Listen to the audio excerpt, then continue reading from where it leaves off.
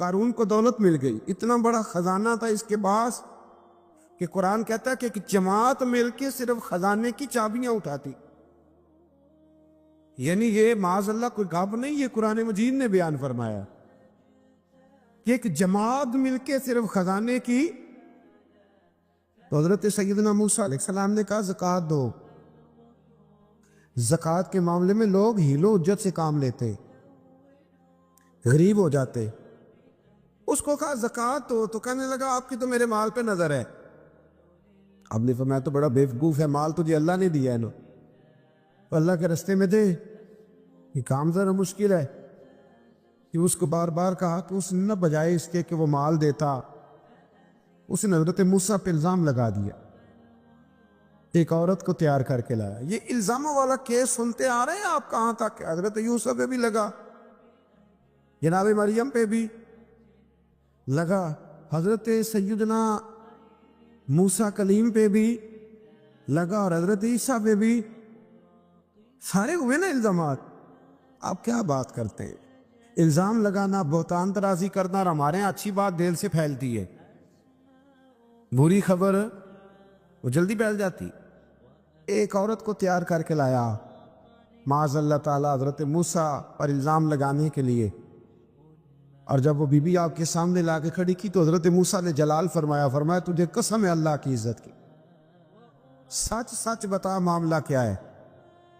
تو وہ خاتون کانپنے لگی، کہنے لگی میں موسیٰ کلیم کے سامنے کیسے کھڑی ہو سکتی؟ مجھے تو اس نے پیسے دے کے تیار کیا، مجھے اس نے مجھے پیسے دے کے تیار کیا، اور بڑی اس نے مجھے تکلیف دی ہے.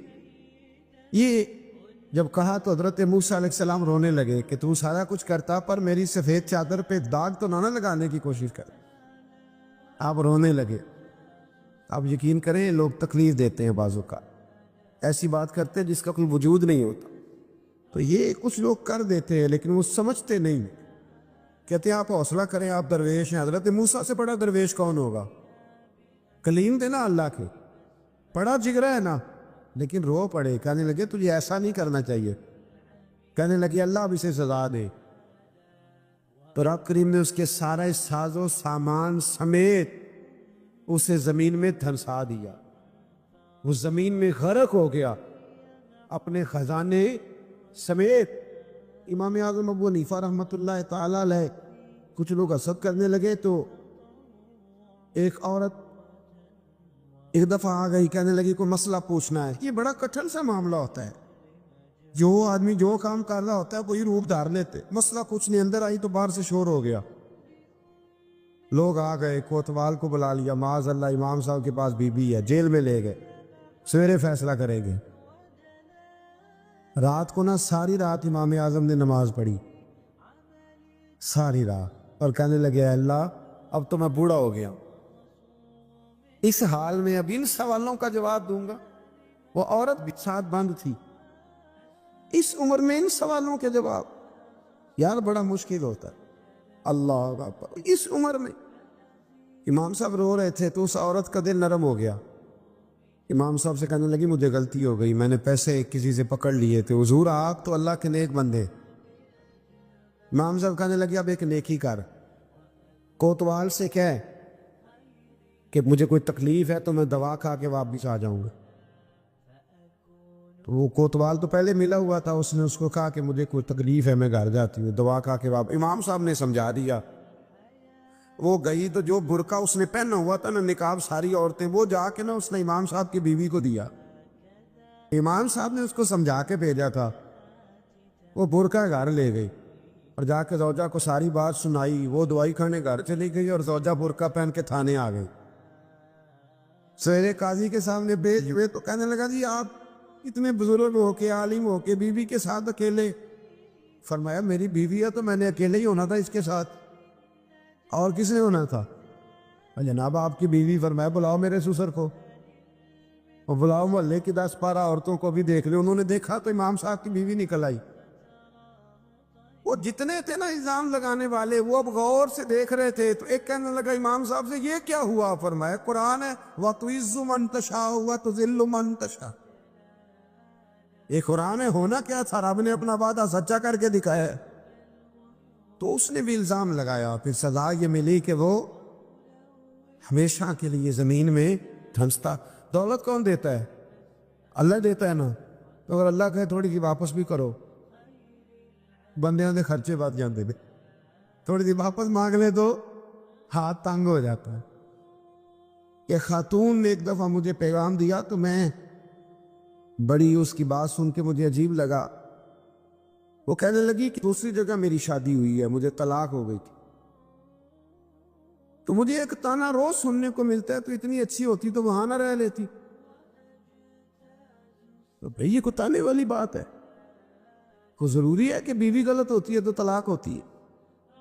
اللہ کے محبوب علیہ السلام کی 2 صاحبزادیوں کو ابو لہب کے 2 بیٹوں نے طلاق بھیج دی تھی، کس کی غلطی تھی؟ تو آپ کیا کہہ سکتے ہیں یہاں کیوں طلاق؟ تو اتنی جلدی بات تھوڑی کر دیں گے آپ، تھوڑی احتیاط فرمائیں بولنے۔ حضرت عبداللہ ابن عباس فرماتے ہیں میرے نبی پاک علیہ السلام نے میری تربیت فرمائی، اور محبوب پاک علیہ السلام نے فرمایا عبداللہ یاد رکھنا، یہ نوجوان دوست میری بات لکھ لیں، پریشان لوگ میری بات لکھ لیں، جن کے پاس قوت فیصلہ نہیں وہ اس بات کو لکھ لیں۔ حضرت عبداللہ ابن عباس فرماتے ہیں میرے نبی پاک علیہ السلام نے مجھ سے فرمایا تھا عبداللہ سن، اگر ساری دنیا مل کے تیرا کوئی نفع کرنا چاہے کر نہیں سکتی جب تک میرے رب کی رضا نہ ہو، اور فرمایا ساری دنیا مل کے تیرا کچھ بگاڑنا چاہے تو عبداللہ بگاڑ نہیں سکتی جب تک رب کریم کی حکمت کا تقاضا نہ ہو۔ لوگوں سے ڈرنا، لوگوں کی طرف دیکھنا، ماحول دیکھ کے اپنے راہ کا تعین کرنا، ہر بندے کے خیالات کے مطابق ڈھلنے کی کوشش کرنا، فلانا نہ ناراض ہو جائے، فلانا نہ ناراض ہو جائے، اور جس نے ہونا ہو جائے، بس رب رسول ناراض نہ ہو۔ اپنی زندگی میں اپنے مالک کو مولا جان کے، بل اللہ مولاکم، اللہ تمہارا مولا ہے، وَهُوَ خَيْرُ النَّاصِرِينَ، وہ بہترین مددگار ہے۔ توجہ جب بھی کریں رب کی جانب کریں، اپنے دل کا قبلہ درست رکھیں، سوچوں کے زاویے سیدھے رکھیں۔ میرے بھائی مالک جب بندوبست کر دے نا، جب مالک بندوبست کر دے پھر ایسا بندوبست کرتا ہے کہ لوگوں کے پاس نا چارہ نہیں رہتا۔ حضرت مریم رضی اللہ تعالی عنہا پاک باز تھی، مسجد میں رہی تھی، پر مالک کی حکمت کے تقاضے بڑے عجیب ہیں نا۔ پھر جناب مریم کو اللہ تعالیٰ نے بغیر شوہر کی اولاد عطا کر دی۔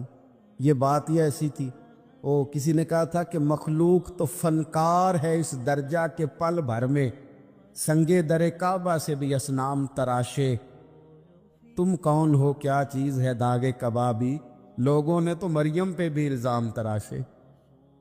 تو لوگوں نے کہا کدھر سے لے آئی بچہ، تیرا باپ تو ایسا نہیں تھا، کہاں سے لے آئی؟ اللہ کرے میں آپ کو سمجھا سکوں، ذرا اپنے آپ کو وہاں کھڑا کریں کہ ایک پاک باز عورت، پاک باپ کی بیٹی، طیب ماں کی بیٹی، اور اللہ کے گھر میں پرورش پانے والی خاتون، ایک وہ وقت اور ایک یہ وقت کہ اس عورت کو کٹہرے میں کھڑا کر کے پوچھا جا رہا ہے کہ معاذ اللہ تیری گود میں بچہ جائز نہیں ہے، کہاں سے لائی ہے؟ اب خود سے صفائیاں بندہ کتنی کو دے، کتنی کو وضاحتیں کرے۔ اور میں نے تو اپنی زندگی میں دیکھا ہے زیادہ وضاحت دینے والے کو بھی لوگ جھوٹا سمجھنے لگ جاتے ہیں، زیادہ وضاحت دینے پر بھی لوگ کمزوری کا اظہار سمجھتے ہیں کہ کمزور پڑ گئے۔ آپ صلح کی کوشش کرتے ہیں، سامنے والا بزدل سمجھ لیتا ہے، زیادہ وضاحتیں بھی کمزور کر دیتی ہیں۔ اب حضرت مریم کو کٹہرے میں کھڑا کر کے کہا بچہ کس کا ہے؟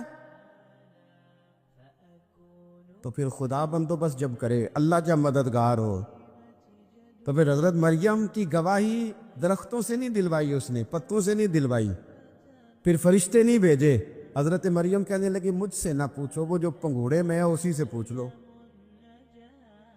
ان سے پوچھو نا، وہ کون ہے پوچھ لو، ان سے کر لو سوال۔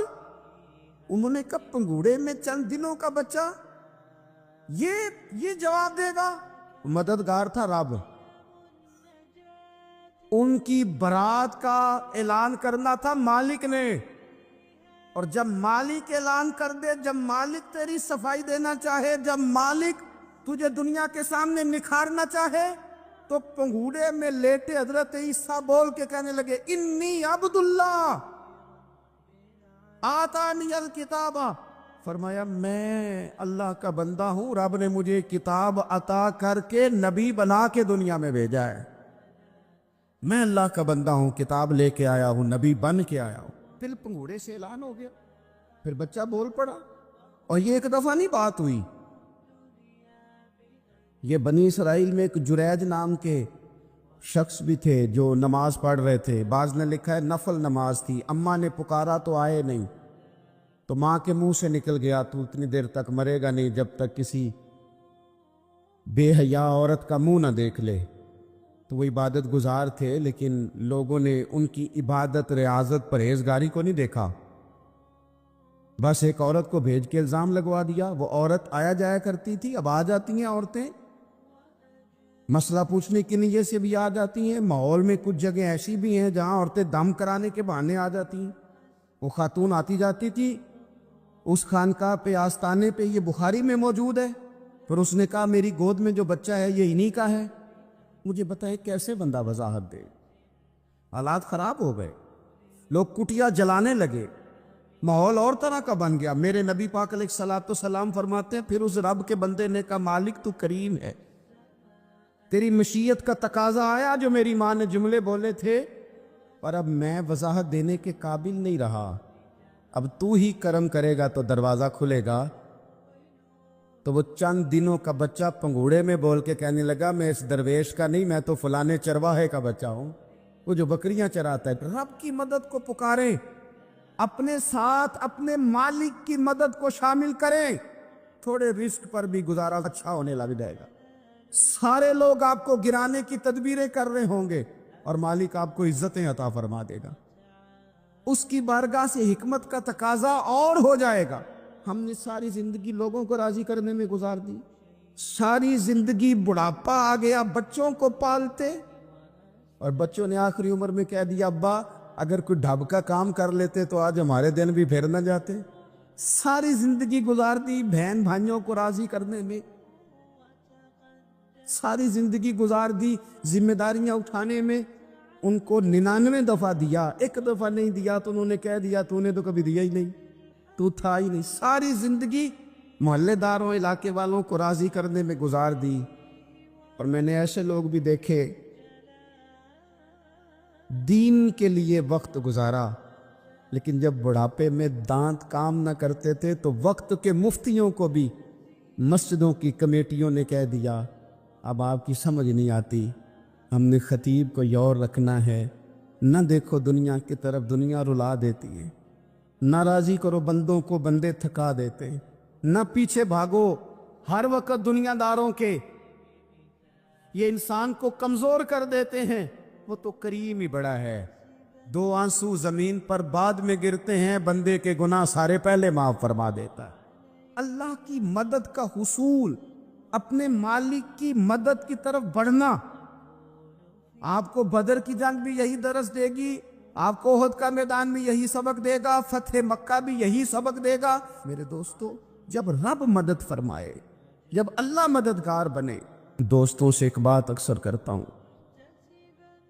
میں کہتا ہوں کہ جتنے درد سے آپ امیر کو اپنی کہانی سناتے ہیں نا، اور جس طرح آپ کے آنسو بات کرنے سے پہلے گر جاتے ہیں کہ غریب ہیں، بچیاں ہیں، کاروبار نہیں، او میرے سنگیو،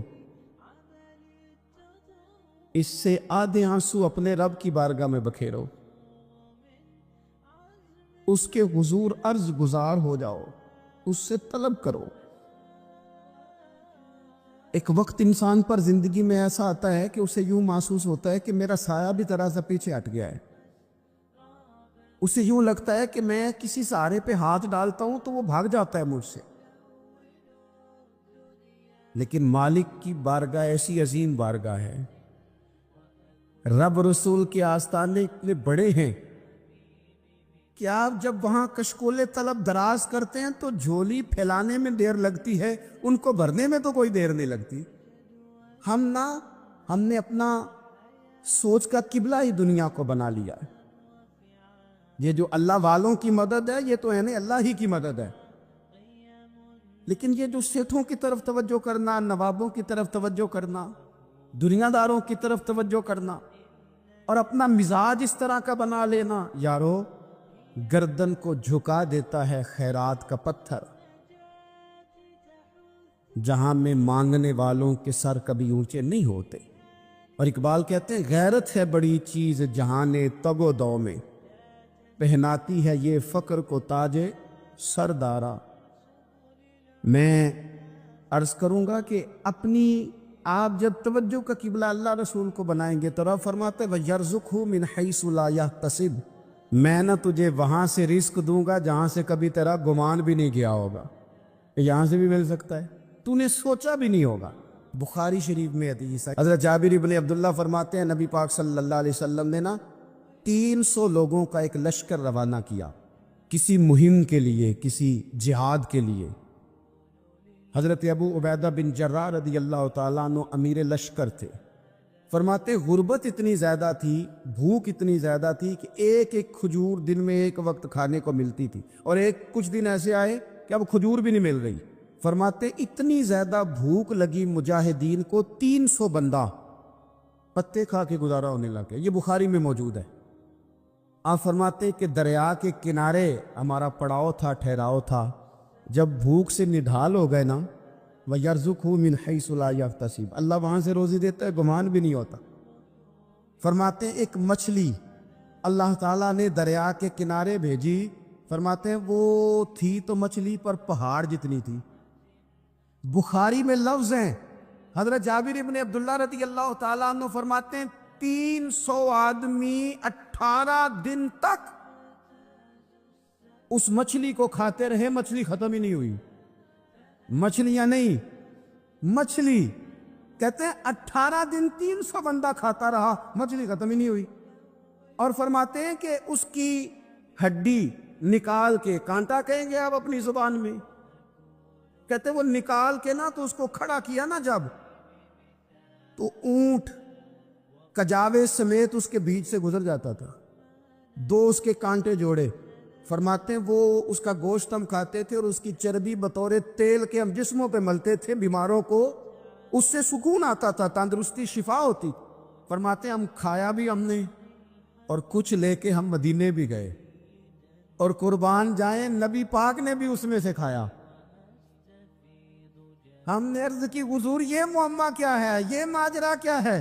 تو محبوب نے فرمایا تمہارے پاس غذا نہیں تھی، رب نے تمہارے لیے بندوبست کیا ہے، اللہ نے تمہیں دیا ہے۔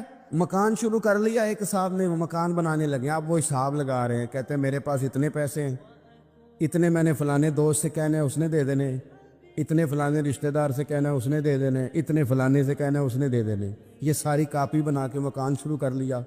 جو روز کہتا تھا کوئی حکم ہو جاتے 10 سب سے پہلے اس کو کہا میاں پیسے چاہیے دین، وہ کہندا ہو کل ہی منڈا ٹوریا ہے، کہدے تو پرسوں 10 تے لب جانے سن۔ میں آپ کو اپنے تجربے کی بات بتا رہا ہوں۔ یہ لوگوں کا خیال ہوتا ہے کہ آپ سٹارٹ کریں فلانا کام، ہم آپ کے ساتھ ہیں، اللہ کا ہی کوئی نظام ہے، وہ بالکل بھی نہیں ساتھ ہوتے۔ لیکن ایسا نہیں ہے کہ کوئی ساتھ نہیں ہوتا، اللہ تعالیٰ بڑے اسباب پیدا کرتا ہے، وہاں سے دیتا ہے جہاں سے گمان بھی۔ ہمارا یہ ذہن بن جاتا ہے ہم ساری اپنے حساب سے چلتے، اتنے رشتہ داروں سے، اتنے کون آپ کے ساتھ چلے گا، سوال ہی نہیں پیدا ہوتا۔ یہ سارے کام چھوڑ کے سب سے پہلے 2 رکعتیں پڑھو، اپنے رب کی بارگاہ میں، رسول کائنات کی بارگاہ میں گزارشات اور استغاثے پیش کرو، وہاں سے خیر طلب کرو۔ دنیا دار کیا دیں گے، کیا دے سکتے ہیں، کیا حیثیت ہوتی ہے کسی؟ اللہ کہتا ہے وہاں سے دوں گا۔ تو جو اللہ مال دے وہ لینا چاہیے کہ رشتہ داروں کا مال دیکھنا چاہیے؟ جو اللہ دے وہ لینا چاہیے کہ سیٹھوں نوابوں کی جیبیں دیکھنی چاہیے؟ جو اللہ دے وہ قبول کرنا چاہیے یا دیکھنا چاہیے کون سا آدمی کہاں پہنچ گیا؟ چھوڑو، اپنی مٹی پہ چلنے کا سلیقہ سیکھو۔ کسی کے سنگ مرمر پہ چلو گے تو پھسل جاؤ گے۔ مدد اللہ سے چاہیں، اپنی توجہات کا مرکز رب رسول کی ذات پر بنائیں، پھر آپ محسوس کریں گے کہ بڑی جلدی اللہ تعالیٰ کی مدد آنے لگی ہے۔ کبھی آپ صرف کہہ دیں میرا رب میرے ساتھ ہے، اس لفظ میں اتنی طاقت ہے کہ دشمن ویسے زہر ہو جاتا ہے۔ زندگی میں کسی سے بھی لڑائی ہو تو اچھی طرح سوچ لیں کہ اللہ اس طرف ہے یا اس طرف ہے. اگر آپ زیادتی پہ ہیں تو پھر رب مظلوم کی جانب ہے. اگر اللہ کی مدد آپ کے ساتھ ہے تو دنیا کی کوئی طاقت آپ کو گرا نہیں سکتی. اور اگر آپ مظلوم کے مقابلے میں ظالم بن کے آپ کھڑے ہو گئے ہیں اور آپ نے رویہ وہ اختیار کیا ہے کہ جس میں مدد نہیں آئے گی, تو پھر یاد رکھ لیں کہ آپ کوئی بھی ہیں, کہاں بھی ہیں, آپ کمزور ہیں. طاقتور تھے ابتدائے اسلام میں, ظاہری طاقت تھی کفار مکہ کے پاس, وہ ڈنڈوں سے مارتے تھے غریبوں کو, ان کے ہاتھوں میں ڈنڈے تھے, پر خدائی طاقت ان مظلوموں کے ساتھ تھی. صاحب زرقانی نے لکھا ہے, حضرت زنیرہ رضی اللہ تعالیٰ عنہ ایک لونڈی ہیں, غریب ہیں, ماڑے دا کی کام محمد نس جانا یا رونا, غریب سادی بی بی اور لونڈی کنیزہ, ایک مشرک کی کنیزہ تھی, انہوں نے کلمہ پڑھ لیا, وہ ڈنڈوں سے مارتا, دروں سے مارتا, تکلیف دیتا. حضرت زنیرہ رضی اللہ تعالیٰ عنہ کو اتنا مارا, اتنا مارا. اب آپ ایک اور پہلو پر بھی غور کریں, مار بھی پڑ رہی ہے پر خدا ادھر ہی ہے, اللہ کی مدد ادھر ہی ہے. رب کہتا ہے کہ پہلے تو صبر کرنا, ان اللہ مع الصابرین, تو صبر کرے گا تو پھر رب کی معیت ملے گی. ذرا ٹھہرنا, تو تھوڑا ڈٹنا. ان الذین قالوا ربنا اللہ ثم استقاموا تتنزل علیہم الملائکہ, تو کہے اللہ میرا رب ہے, پھر تو پہلے ڈٹ, پہلے تو نے ڈٹنا ہے. ثم استقاموا, جو ڈٹ گیا, تتنزل علیہم الملائکہ, ڈٹنے والے کے لیے مدد آتی. پہلے تھوڑا ٹھہرنا پڑتا ہے, پہلے تھوڑا صبر کرنا پڑتا ہے, حوصلہ کرنا پڑتا, اس کے بعد مدد آتی. مار پڑ رہی ہے, مارا جا رہا ہے. حضرت زنیرہ کو ان کا مالک جو ہے ظاہری آقا وہ مار رہا ہے, یہ کنیزہ ہے, اتنا مارا, اتنا مارا, ان کی بینائی چلی گئی, نظر آنا بند ہو گیا. ابو جہل آیا اور کہنے لگا زنیرہ دیکھا نا ہمارے بت تیری آنکھیں لے گئے, معاذ اللہ, لات و منات ہمارے بتوں نے تجھے اندھا کر دیا. اب ایسا نہیں ہے کہ بی بی روتی جا رہی ہے, روتی جا رہی ہے, مایوسی مایوسی, معاذ اللہ, پریشانی, غریبی بڑی ہے, پوچھنے والا کوئی نہیں, یہ باتیں نہیں. کیا جملے ہیں خاتون کے, کیا لفظ ہیں. ابو جال نے تنزیہ کہا, معاذ اللہ, کہنے لگا دیکھا نا ہمارے بتوں نے تجھے اندھا کر دیا. تو جناب زنیرہ آنکھوں کی بینائی گئی ہے, رات کو گئی ہے, دکھ ابھی تازہ ہے, لیکن اللہ پہ جو توکل ہے, اپنے مالک سے جو رشتہ ہے, وہ اتنا مضبوط ہے, اتنا طاقتور ہے, اس میں اتنی گہرائی ہے کہ حضرت زنیرہ بول کے نا اتنی قوت سے بولی, اتنی طاقت سے بولی کہ پورے کفر پر لرزہ طاری ہو گیا. فرمانے لگی تمہارے بتوں کی کیا اوقات ہے کہ وہ میری بینائی لے جائیں, یہ میری رب کی حکمت کا تقاضا ہے. جب تک اس نے چاہا زنیرہ دیکھتی رہی, اور جب اس نے چاہا زنیرہ کی آنکھوں کی بینائی چلی گئی, اور اگر وہ چاہے گا نا تو بینائی واپس بھی کر دے گا. اگر ہو ذوق یقین پیدا تو کٹ جاتی ہیں زنجیریں, اگر وہ چاہے گا تو بینائی آ بھی جائے گی. حضرت زنیرہ نے رات کو یہ لفظ کہے, ابو جال اور سارے کفار ڈر کے سن کے چلے گئے. آپ اطمینان سے آ کے بستر پہ سوئی. جب سویرے اٹھی تو اللہ نے آنکھوں کی روشنی واپس کر دی تھی. آنکھوں کی اب چھڑی پکڑی ہے, بازاروں میں گھومتی ہے, کہتی ہیں بلاؤ کدھر ہے تمہارے لات و منات, دیکھو میرے رب نے روشنی واپس کر دی. آ کر میرے ساتھ ادھر آ, ستم کر ہنر آزمائے, تو تیر آزما ہم جگر آزمائے. بیمار لوگوں یاد رکھو, کہہ دیا ڈاکٹر نے کہ تو بڑا بیمار ہے, تو بڑا کمزور ہے, یہ ہو گیا وہ ہو گیا, تو ڈاکٹر اپنے علم کے مطابق بات کر رہا ہے. ہوگا تو وہ جو میرا رب چاہے گا. کمزور ہو جانا, پریشان ہو جانا, تکلیف میں آ جانا, پتہ نہیں بات ہو گئی ہے تو جانے کیا ہو جائے گا. اپنی زندگی کے اندر اپنے رب سے رشتہ مضبوط کرے, رسول کائنات سے رشتہ مضبوط کرے, اللہ والوں سے رشتہ مضبوط کرے. حضرت زنیرہ نے پیغام دیا کہ زندگی میں جو جینا چاہتے ہیں تو وہ رب کا نام لے کے جی سکتے ہیں. جو اپنی زندگی میں خوشیاں دیکھنا چاہتے ہیں تو رسول اللہ کے نام پر خوشیاں دیکھی جا سکتی ہیں. توکل کی بنیاد پر بندہ خوشیاں لے سکتا ہے.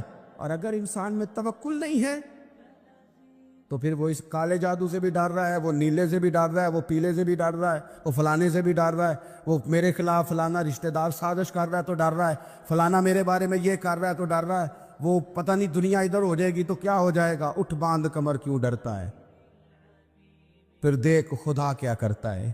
تو اس ساری گفتگو کا نچوڑ آپ کو یہ عرض کیا ہے.